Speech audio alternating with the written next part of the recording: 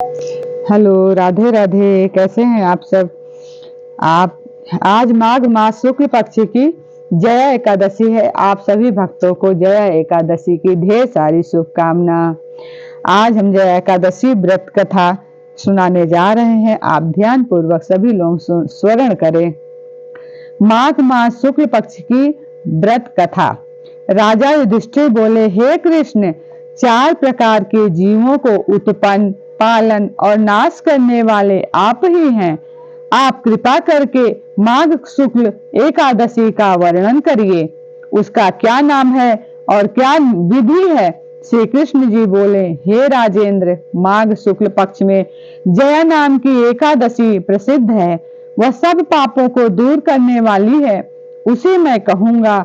यह पवित्र एकादशी पापों और 50 योनियों को नष्ट करने वाली है।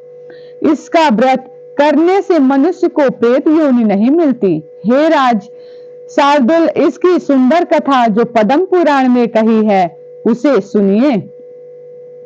एक समय इंद्र स्वर्गलोक में राज कर रहे थे। देवता उस मनोहर स्थान में सुख से निवास करते और अमृत पान करते थे। अप्सराएं उनका सेवन करती थी।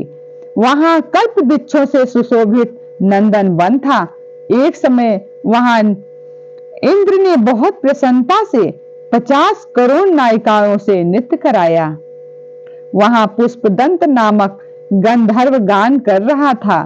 चित्रसेन नाम का गंधर्व, उसकी पुत्री मालिनी और चित्रसेन की स्त्री वहां आई।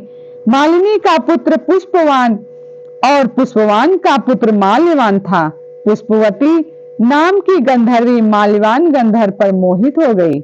कामदेव के पैने बाणों से उसका शरीर घायल हो गया। उसने अपने सुंदर स्वरूप, भाव और कटाक्ष से माल्यवान को वश में कर लिया। इंद्र को प्रसन्न करने के लिए नृत्य में वे दोनों आए और अप्सराओं के साथ गान करने लगे। मोहित होने से उसका चित्त डावाडोल हो गया। इससे शुद्ध गायन नहीं कर सके। परस्पर दोनों की दृष्टि बंध गई और दोनों कामदेव के वशीभूत होकर ताल व राग की गति बिगड़ने से इंद्र उन दोनों के मन की बात जान गया। तब इंद्र ने अपने अपमान समझकर कुपित होकर उन दोनों को श्राप दे दिया। मेरी आज्ञा भंग करने वाले मूर्ख पापियों, तुमको धिक्कार है। तुम दोनों 50 रूप में हो जाओ। मनुष्यलोक में जाकर अपना कर्म का फल भोगो। इस प्रकार के इंद्र के शाप को पाकर वे दोनों बड़े दुखी हुए। इंद्र के शाप से पीड़ित होकर वे दोनों हिमालय पर्वत पर 50 होकर बड़े दुखी हुए। 50 योनि से उन दोनों को कष्ट हुआ। शाप के कारण उनको गंध, रस और स्पर्श का ज्ञान ही नहीं होता था। शरीर में जलन होती, नींद नहीं आती।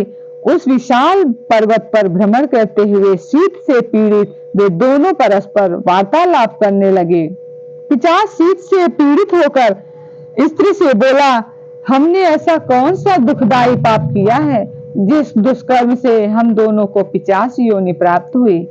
मैं 50 योनि को कठोर और निंदक नरक समझता हूँ, इसलिए किसी प्रकार का पाप नहीं करना चाहिए। इस प्रकार वे दुख से घबराकर चिंता करने लगे। देवयोग से माघ शुक्ल एकादशी आ गई। तिथियों में श्रेष्ठ जया नाम की एकादशी तिथि आ गई। उस दिन उन दोनों ने कुछ आहार नहीं किया।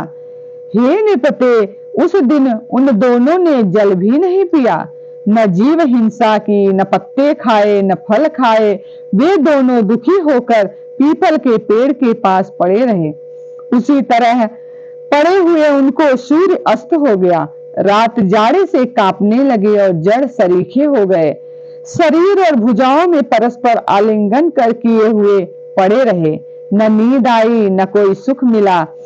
हे राजा शार्दुल, इस प्रकार इंद्र के शाप से पीड़ित उन दोनों दुखियों की रात्रि बड़े कष्ट से व्यतीत हुई। परंतु एकादशी के व्रत और रात्रि में जागरण करने से उन दोनों का व्रत के प्रभाव से जो फल मिलता है उसे सुनो। हे नृपते, जया एकादशी का व्रत करने से और विष्णु के प्रभाव से द्वादशी के दिन दोनों पिशाच योनि से छूट गए।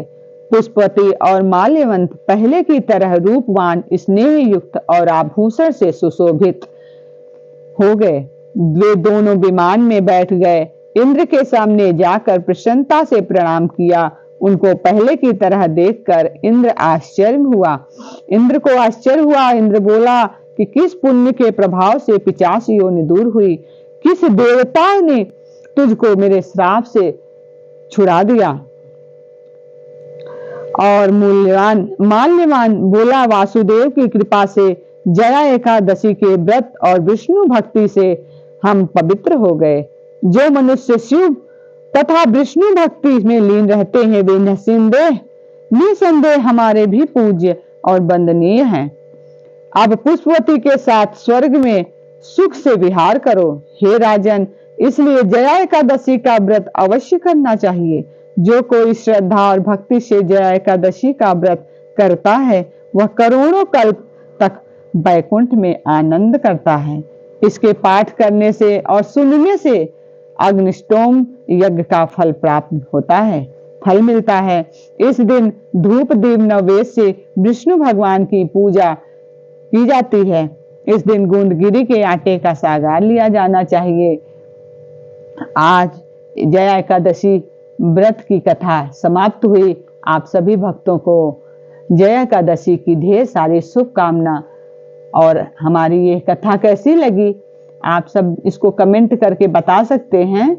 और जिन्होंने हमारा वीडियो सब्सक्राइब नहीं किया है वो सब्सक्राइब कर लें ताकि आने वाली आगे की वीडियो भी आप तक पहुंच सके। तो इसी के साथ आपने हमारे वीडियो देखते हैं इसलिए बहुत बहुत धन्यवाद और राधे राधे। सभी भक्तों को जय एकादशी।